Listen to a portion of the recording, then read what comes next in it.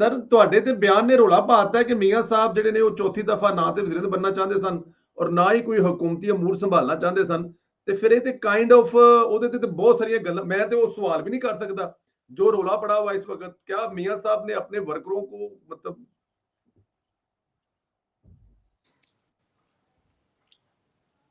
देखें संदेला साहब, ये मेरा ख्याल है बात जो है वो मेरे कहने में कोई कजी कमी रह गई होगी, क्योंकि मैं ये तो नहीं कह सकता कि मीडिया ने उसको उस तरीके से नहीं लिया या नहीं समझा जो मैं कहना चाहता था। लेकिन मेरे कहने का मतलब ये था, मैं उसको मजीद वाज़े कर दूं प्लीज। कि मियां मोहम्मद नवाज शरीफ साहब वजारत उज़्मा को कभी भी कोई बहुत ही ऐसी मतलूब और मकसूद और बड़ी महबूब चीज़ नहीं समझते। ना सिर्फ ये कि अब, बल्कि 2013 में भी जब वो अच्छी भारी भरकम कामयाबी लेके आए थे, तो आपको याद होगा कि लोग कहते थे कि मियां साहब हल्फ उठाने के बाद वजीर आजम हाउस में ऐसे बैठे हैं जैसे कोई बहुत बड़ा हादसा हो गया है या बहुत बड़ा सानिया हो गया है। उनके चेहरे पे खुशी नहीं है, उनके होंठों पे मुस्कुराहट नहीं है, वो बोलते नहीं हैं, वो गुमसुम से क्यों हैं? तो ये गुमसुम की कैफियत दरअसल यही थी कि वो पूरी तरह जिसे कहते हैं कि आमादगी उनके अंदर, मैं तो ज़ाती तौर पे जानता हूँ कि वो जोश व खरोश या वो अज़्म या वो एक तलब या वो एक तड़प 2013 में भी नहीं थी। और बहरहाल वो फिर मामलात आहिस्ता-आहिस्ता आगे बढ़े और फिर यूँ लगता है कि जैसे उनके ज़हन में अगर कोई ख़दशात थे, तो वो पूरे भी हुए। और जिन चीज़ों का शायद उन्होंने और हमने इदराक नहीं किया था, लेकिन शायद उन्होंने किया हुआ होगा, जो बाद में फिर उनके सामने भी आई। मैंने अब की जो बात कही है वो ये है कि मेरी जो मुलाकातें इंतखाबात से पहले मियाँ साहब से होती रहीं, खुसूसन लंदन में होती रहीं, तो उसमें संदेला साहब मैंने इक़्तिदार के हवाले से या वज़ीर आज़म बनने के लिए कोई फातिहाना पेशकदमी करने चाहते हैं या स्कोर सेटल करना चाहते हैं या ये बावर कराना चाहते हैं कि देखो मैं चौथी दफ़ा आ गया हूँ, ये इस तरह की कोई सोच नहीं थी उनकी और कोई मैंने जोशो खरोश नहीं देखा था। मैंने अपने तौर पर जो एक एक कहना चाहिए अख़ज़ किया हुआ था या मेरे ज़हन में जो चीज़ें नक्श होती चली जा रही थी, वो ये थी कि शायद मियाँ साहब चौथी बार वज़ीर आज़म बनने के मुतमन्नी भी नहीं है, तलबगार भी नहीं है और उसके ख्वाहिशमंद भी नहीं है। ये मेरा नतीजा था। मुझे इन लफ्ज़ों में मियाँ साहब ने कभी नहीं कहा कि मैं वज़ीर आज़म नहीं बनूँगा या मैं वज़ीर आज़म नहीं बनना चाहता। ये यूँ ही है जैसे मेरी गुफ्तगू से एक नतीजा आप अख़ज़ करते हैं, तो मैंने उनकी बॉडी लैंग्वेज से, उनकी बातों से ये नतीजा अख़ज़ किया था जो बाद में पूरा हुआ। मेरा ये ख़्याल है और बड़ा कवी ख़्याल है कि अगर उनको इससे ज़्यादा भी सीटें मिलती और जिसे कहते हैं कि जी 2/3 अक्सरियत के भी वो हामिल हो जाते, तो शायद वो वज़ारत उज़्मा का मनसब कबूल ना करते और मियाँ मोहम्मद शहबाज शरीफ ही वज़ीर आज़म होते। तो जो पहली मीटिंग हमारी इलेक्शन के बाद हुई थी, उसमें भी उनकी सोच यही थी और कोई जमात की तरफ से थोड़ी-सी जो हम 14-15 लोग थे उस पहली मीटिंग के अंदर, जहाँ उन्होंने इंकिशाफ किया था पहली दफ़ा कि मैं वज़ारत उज़्मा नहीं लेना चाह रहा और शहबाज शरीफ साहब होंगे, तो बहुत से लोगों को हैरत भी हुई थी और शायद दिलशिकनी भी हुई हो, क्योंकि हम सब चाहते थे कि वो वज़ारत उज़्मा के ओहदे पे आएँ, हमारी तो यही आर्गुमेंट्स होते थे। लेकिन बहरहाल ये उनकी अपनी सोच थी और इसके लिए जो दलाइल थे उनके पास, वो दलाइल बड़े कवी थे और मैं समझता हूँ कि एक मुदब्बर के तौर पर, एक मुहब्बे वतन पाकिस्तानी के तौर पर, एक सीज़न्ड लीडर के तौर पर, एक बड़े लीडर के तौर पर उनकी सोच जो थी, वो बड़ी मुस्बत और बड़ी हुब्बुल वतनी पे मबनी सोच थी। बिल्कुल ठीक है। बहुत क्लियर हुई ये बात जो कि सोशल मीडिया पर और मेन स्ट्रीम मीडिया पर आपकी बात को जिस कॉन्टेक्स्ट में। अच्छा ये भी बताएं कि एक तासर ये भी है कि उन्होंने अपनी बेटी और भाई के लिए कुर्बानी दी और खुद माइनस हो गए हैं। तो क्या बेटी और भाई के लिए कुर्बानी देने के बाद वो खुद माइनस हो गए हैं सियासत से? देखें, ये दोनों जो थे, भाई कह लें या बेटी कह लें, इनमें जी। से कोई भी नहीं चाहता था कि वो अपना मनसब ले लें और नवाज शरीफ एक तरफ हो जाए। यानी मियाँ मोहम्मद शहबाज शरीफ साहब, आपको मालूम है कि हर जलसे के अंदर कहते रहे, हर मीटिंग के अंदर कहते रहे, और बड़े रवा रवी में नहीं कहते थे, बड़े दिल से कहते थे कि हमारे वजीर आजम नवाज शरीफ होंगे।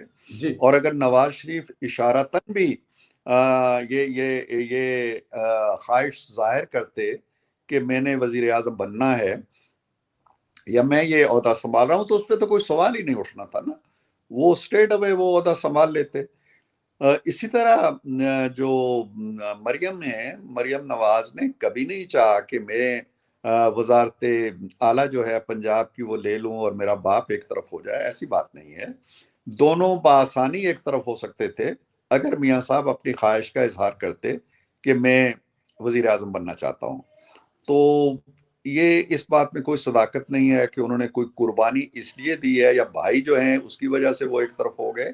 उनका एक सोची, मैंने कहा 2013 में उनकी जब बेटी उनकी सियासत के अंदर आई भी नहीं थी, उस वक्त भी उनका ये ख्याल था कि मैं शायद वजारत उज़्मा मुझे तर्क कर देनी चाहिए, और कभी वक्त आएगा कि मैं उसके असबाब और मुरक़ात जो उन्होंने मुझसे शेयर किए थे, जो उनकी अमानत है, वो मैं बयान करूँगा। तो इंशाअल्लाह मेरा ख्याल है कि उनका ये फैसला गलत फैसला नहीं है। शाहबाज साहब कोलेशन को साथ लेके चलने का बड़ा अच्छा तजर्बा रखते हैं। शाहबाज साहब के तमाम इदारों के साथ बहुत अच्छे, खुशगवार और तामीरी ताल्लुकात हैं। मुल्क को एक हमाजेती कोशिश की ज़रूरत है। संदेला साहब, जैसे कोई शख्स कुएं में पड़ा होता है तो उसको निकालने के लिए ये नहीं देखा जाता कि उस रस्सी पे हाथ वर्दी वाले का है या उसके हाथ पे वेस्ट कोट वाले का हाथ है या उसके कोई किसी लंगोट वाले का हाथ है। हम सबको इस वक्त पाकिस्तान को इस दलदल से निकालना है। तो शाहबाज साहब से मेरा ख्याल है कि बेहतर कोई चॉइस हो भी नहीं सकता इस वक्त। बिल्कुल ठीक है। अच्छा सर, अब जरा, क्योंकि आपसे इलेक्शन के बाद बात नहीं हुई, तो इलेक्शन के सारे जलसे तो मियां साहब के साथ और बीबी साहबा के साथ मैंने खुद सारे के सारे देखे। वहां पर तो जो वेव्स आ रही थी कि शायद मियां साहब दोबारा दो तिहाई अक्सरियत ले रहे हैं, और फिर जो जो इलेक्शन का रिजल्ट आया वो हमारे सामने आया। वाकई नकदा कोका और कैदी 804 भारी पै गए नून लीग के, या कोई और वजह बनी सर?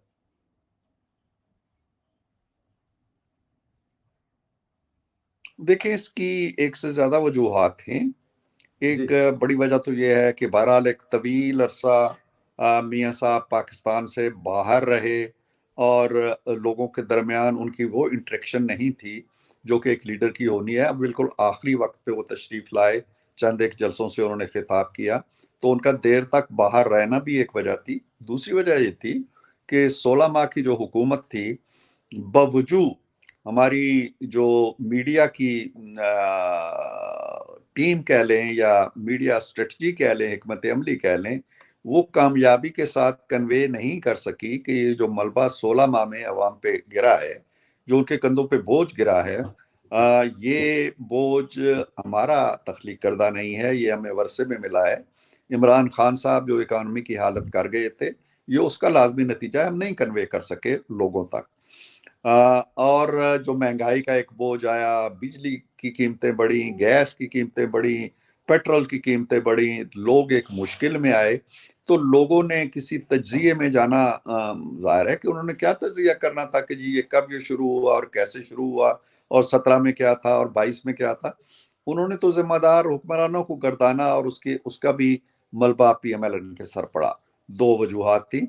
और हम ये भी नहीं कन्वे कर सके कि 16 माह के अंदर शाहबाज साहब ने जिस महारत के साथ और जिस हुनरमंदी के साथ और जिस तदब्बर के साथ पाकिस्तान को निकाला है एक आशोब से जो हमारे सर के ऊपर मंडला रहा था डिफॉल्ट की शक्ल में, उससे निजात दिलाकर पाकिस्तान को एक रास्ते पे डाला, आईएमएफ के साथ बड़े मुश्किल हालात के अंदर मामला तय किए। इन चीज़ों को भी हम पूरी तरह उजागर नहीं कर सके। तो हम्म। ऑल इन ऑल फिर चौथा फैक्टर इसमें ये हुआ कि जो इमरान खान साहब थे उनके बारे में पै दर पै कुछ ऐसे इक़दामात हुए, कुछ ऐसे फैसले आए जिनसे जो उनके हामियों के जज्बात थे वो मज़ीद बढ़ के, या उनके बारे में अगर कोई हमदर्दी की लहर थी तो मज़ीद मजबूत हुई। तो ये सारी चीज़ें जो थी इन्होंने मिलजुल के अपना किरदार अदा किया। बिल्कुल ठीक है, लेकिन एक बात इसमें ज़हन में रखिएगा, ये कल से आप मीडिया पर फरमा रहे हैं, गलतियों से सीखा कुछ भी नहीं है। जिन चीज़ों की आप निशानदेही फरमा रहे हैं, सोशल मीडिया पे एक बहुत बड़ी आवाज है कि उन तमाम गलतियों से नून लीग ने कुछ नहीं सीखा, और अगर इसके कोई जिम्मेदार थे तो उनसे बाज पुर्स भी नहीं की गई, ये भी याद रखिएगा। बट एनी हाउ, आगे चलते हैं। सर, जुवेद लतीफ साहब एक अपनी ही मतलब के डगर में चल रहे हैं, अपनी ही पार्टी चला, वो कह रहे हैं कि 1 अरब रुपया को 90 करोड़ रुपया में खरीदा गया है इलेक्शन शेखपुरा का तमाम सीटें। इस पर क्या मौकफ है सर आपका या पार्टी का? मैं तो इस तरह की किसी कंस्पायरेसी से संदेला साहब वाकिफ नहीं हूँ। ना ठीक है। मैं इतनी दूर तक जराए वसाइल रखता हूँ कि अंदर झांक के देख सकूं। वो उनसे जरूर पूछिएगा, शायद उनके पास कोई शवाहिद हों।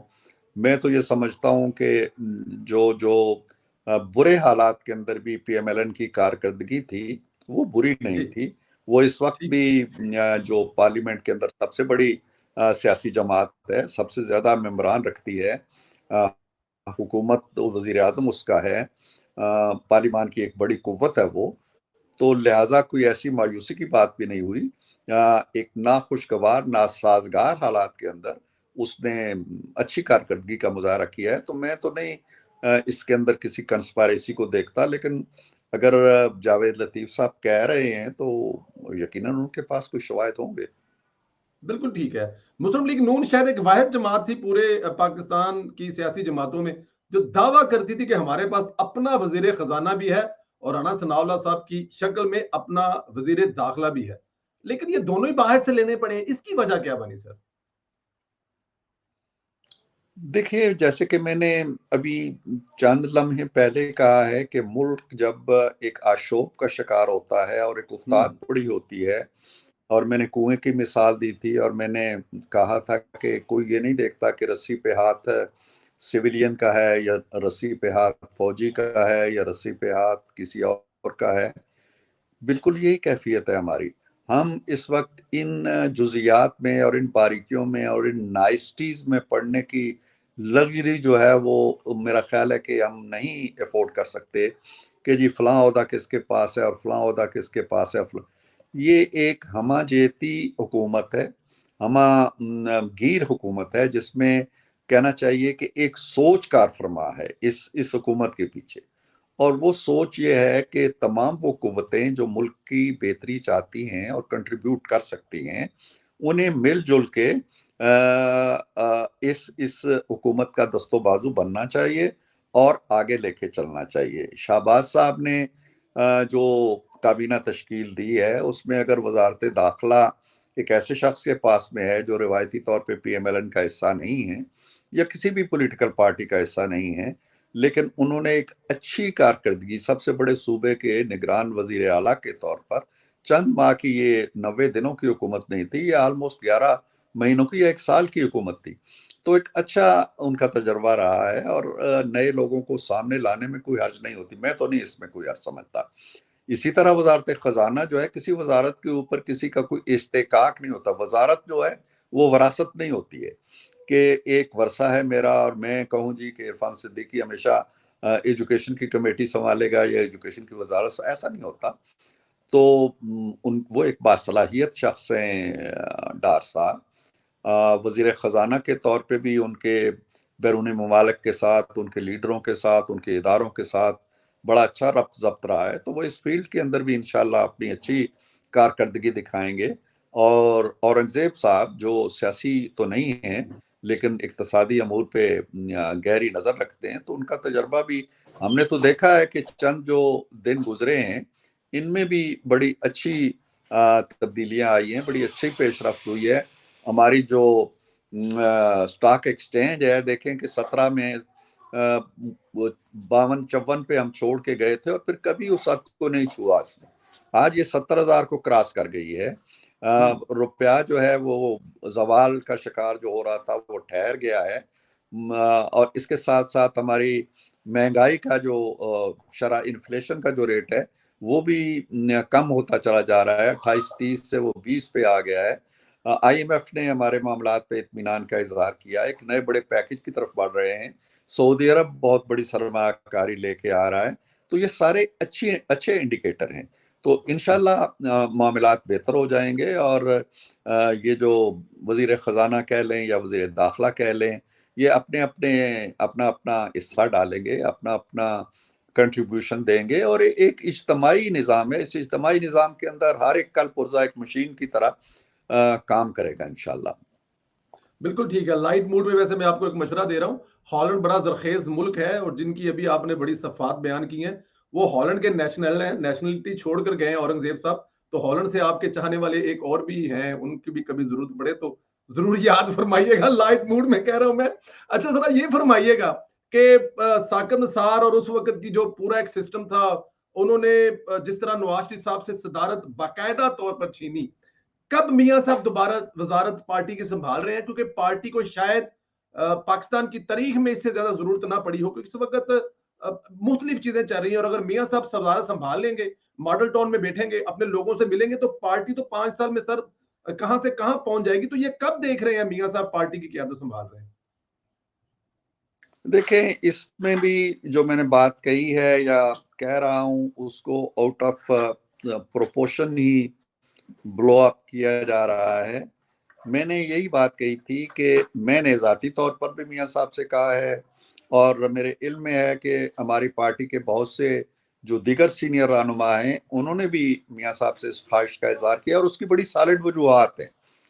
दो जी। बड़ी वजूहात तो ये हैं कि शहबाज साहब बहुत दीदारेजी के साथ, मेहनत के साथ, मुशक्कत के साथ आप देख रहे हैं कि दिन रात एक किए हुए हैं इकानमी की बहाली के लिए, मुल्क को इस मईशत का जो वबाल है, बुहरान है, उससे निकालने के लिए। जी। वो दूसरी तरफ मरियम हमारी बेटी जो हैं वो चीफ ऑर्गेनाइजर थी। अब वो चीफ ऑर्गेनाइजर का काम भी बीच में रह गया और वो एक बड़े सूबे की वज़ीर आला बन गई। उनके अपने मामलात हैं, मसाइल हैं और वो भी मैं ज़ाती तौर पे जानता हूँ कि बड़ी मेहनत और मुशक्कत के साथ मामलात को सुलझाने में लगी रहती हैं। इस सारे बीच में जो सफ़र कर रही है वो है पीएमएलएन। पीएमएलएन के मामलात क्या हैं, उसकी तंजीम कैसी चल रही है, उनके कारकुनों का हाल अहवाल क्या है, उससे वाबस्ता लोग जो हैं वो क्या सोच रहे हैं, बल्दियाती इंतखाबात अनकरीब आ जाएंगे तो उस वक्त क्या होगा। ये सारी चीज़ें पस मंज़र में चली गई हैं, इसलिए कि पार्टी के मामलात को देखने के लिए कोई हमा वक्त निगहबान और निगरान नहीं है। तो इसलिए ख्वाहिश ये है कि मियाँ साहब पार्टी की सदारत संभाल लें, क्योंकि दोनों बार, एक बार इसी तरह के हालात थे तो उन्होंने जावेद हाशमी साहब को सदारत सौंप दी थी और बाहर चले गए थे, लेकिन वापस आए तो सदारत फिर उनके हाथ आ गई। इसी तरह अब भी ये कोई बहुत ही सोचा समझा फैसला इस लिहाज से नहीं था। वो एक उफ्ताद पड़ी, साकिब निसार साहब ने पै दर पै फैसले किए और मियाँ साहब को सदारत से हटा के पार्टी की यानी वजारत उज़्मा से तो हटाया ही था, पार्टी की सदारत से भी हटा के दम लिया उन्होंने। तो इसलिए मैं समझता हूँ कि अब मियाँ साहब को वक्त देना चाहिए अपनी पार्टी को, उनके पास वक्त है और वो बैठें मॉडल टाउन के अंदर, मामलात को देखें, पार्टी को रीऑर्गेनाइज करें। ये ख्वाहिश है और मियाँ साहब तक पहुँचाई जा रही है और हम तवक्को रखते हैं कि मियाँ साहब इसको संजीदगी से लेंगे और शायद क्योंकि बहुत ज़्यादा वक्त नहीं है, 1.5 माह में, 2 माह में कोई इस सिलसिले में मुशावरत का वसी तर एहतमाम किए जाए, चाहे वो जनरल काउंसिल का इजलास हो या नए इंतखाबात हों या कोई सूरत भी हो, तो हम तवक्को रखते हैं। मियाँ साहब ने अगरचे ना तो कोई ऐसा इंदिया दिया है, ना कोई ऐसी ख्वाहिश ज़ाहिर की है, लेकिन हम ये समझते हैं कि पार्टी का मफाद है इसमें कि पार्टी को एक हमा वक्ती सदर मिले।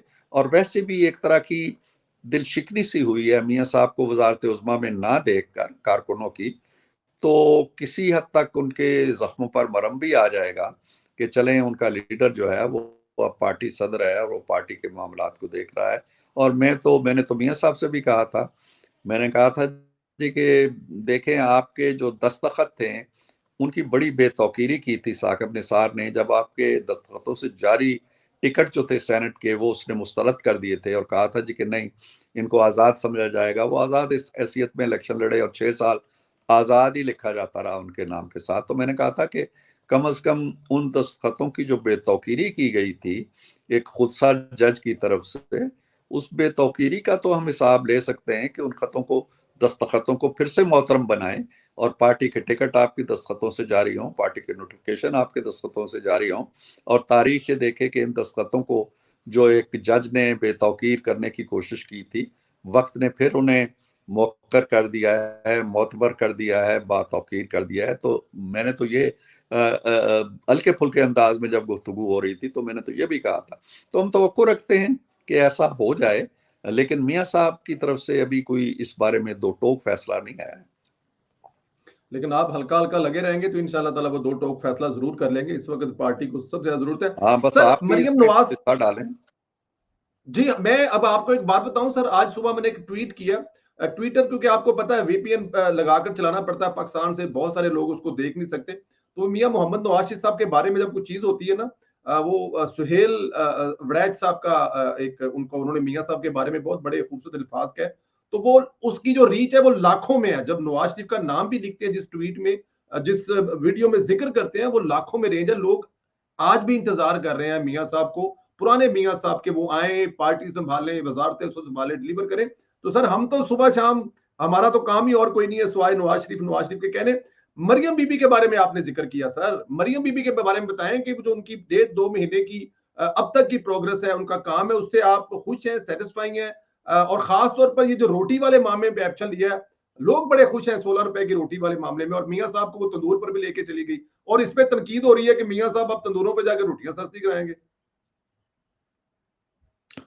देखिए, लोगों ने तो हर हाल में कोई ना कोई पहलू निकाल ही लेना होता है। वो घर बैठे तो कहते हैं जी कि घर क्यों बैठे हुए हैं, वो कहीं जाएं तो फलां जगह क्यों गए हैं, वो तनूर पे क्यों गए हैं।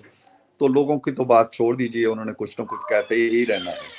जी दूसरी बात यह है कि मरियम की जहां तक आपने बात की है, देखिए संदेला साहब किसी भी लीडर के लिए, खास तौर पे वो लीडर, वो शख्स जो अमली तौर पर इक़्तिदार की दुनिया में आए, सियासत की दुनिया में तो वो थी पहले ही, तो जी। इक़्तिदार के अपने मामलात होते हैं, अपने मसाइल होते हैं, और आपके हाथ में कुछ कर गुजरने की।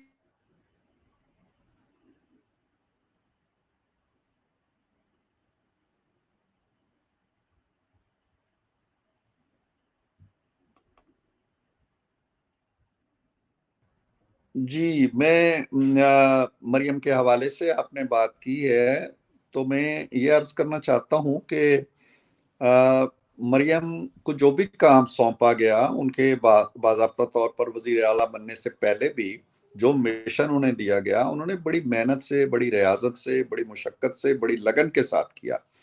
एक लीडर के लिए ये बड़ा ज़रूरी होता है कि वो इक़्तिदार को महज़ इक़्तिदार की लज़्ज़तों, आसाइशों और मराहत के और सहूलियात के हवाले से ना देखे। जी। वो अपने अंदर एक तड़प रखे। मरियम को मैं जानता हूँ। मरियम, आपने देखा है कि बहुत मुतहर्रिक रहती हैं। अस्पतालों में जाना, स्कूलों में जाना, अवामी जो मफाद की जगह हैं उनको देखना, हर रोज़ 4-4 6-6 मीटिंग्स करना, तो मेहनत के साथ काम कर रही हैं। और मियाँ साहब भी उनकी रहनुमाई करते हैं। बाज़ औक़ात उसकी ख़्वाहिश पे वो किसी मीटिंग में भी बैठ जाते हैं, इस पे भी तनकीद होती है। हालाँकि एक मुदब्बर की हैसियत से, एक कोना मश्क लीडर के तौर पर, एक वालिद के तौर पर बेटी की ग्रूमिंग करना और उसकी मदद करना, ये कोई नाज़ेबा चीज़ नहीं है। मैं तो समझता हूँ कि ये सियासत के अंदर बहुत ही अच्छा और मुस्बत एक रुझान है, जो आना चाहिए। तो मरियम अच्छे अंदाज से आगे बढ़ रही है, और उसकी मैंने देखा है कि जो तवज्जो का मरकज़ चीज़ें हैं, वो अवामी बहबूद और अवामी दिलचस्पी की चीज़ें हैं। सेहत है, तालीम है, महंगाई पे वो तवज्जो दे रही है। सस्ती जो रोटी जिस हद तक है, अब 500-600 रुपए जो आटे की कीमत है फ़ी मन, वो नीचे आ गई है। और उसकी उसके पेश नज़र उन्होंने रोटी की कीमतों का तयन किया। ये ऐसी चीज़ें होती हैं जो आसानी के साथ इम्प्लीमेंट नहीं होती हैं। इम्प्लीमेंटेशन में मसाइल होते हैं, इंतज़ामी मसाइल भी होते हैं और माफियाज़ भी होते हैं। तो जैसे चीनी की कीमतों पे आप करेंगे तो यही हाल होगा, घी की कीमतों पे करेंगे तो यही हाल होगा। तो इस पे भी मसाइल हैं, लेकिन मेरा ख़्याल है कि वो इन पे मुश्किल पे काबू पा लेंगी। और जो अभी चंद दिन पहले, 2-4 दिन पहले ही मेरी बड़ी मरी में तफ़सीली मरियम से मुलाकात हुई थी, तो उसकी सोच बड़ी वाज़ेह है। उसका जो लाए अमल है वो बड़ा वाज़ेह है। इंशाअल्लाह वो मेरा ख्याल है कि एक बहुत अच्छा नाम छोड़ के जाएंगे। बिल्कुल ठीक है। सर, ये 9 मई वाले मामलात पे जो सज़ाएँ हैं, ये अभी तक क्यों नहीं मिली? किसी और रियासत में जब हम मिसालें देते हैं, तो इतने बड़े हादसे के बाद जो स्टेट के खिलाफ हुआ हो, दिनों में फैसले होते हैं, लेकिन अभी तो हुकूमत भी आप लोगों की है, सवाल तो आप लोगों से होगा ना सर ये? देखिए, ये मामलात हुकूमत में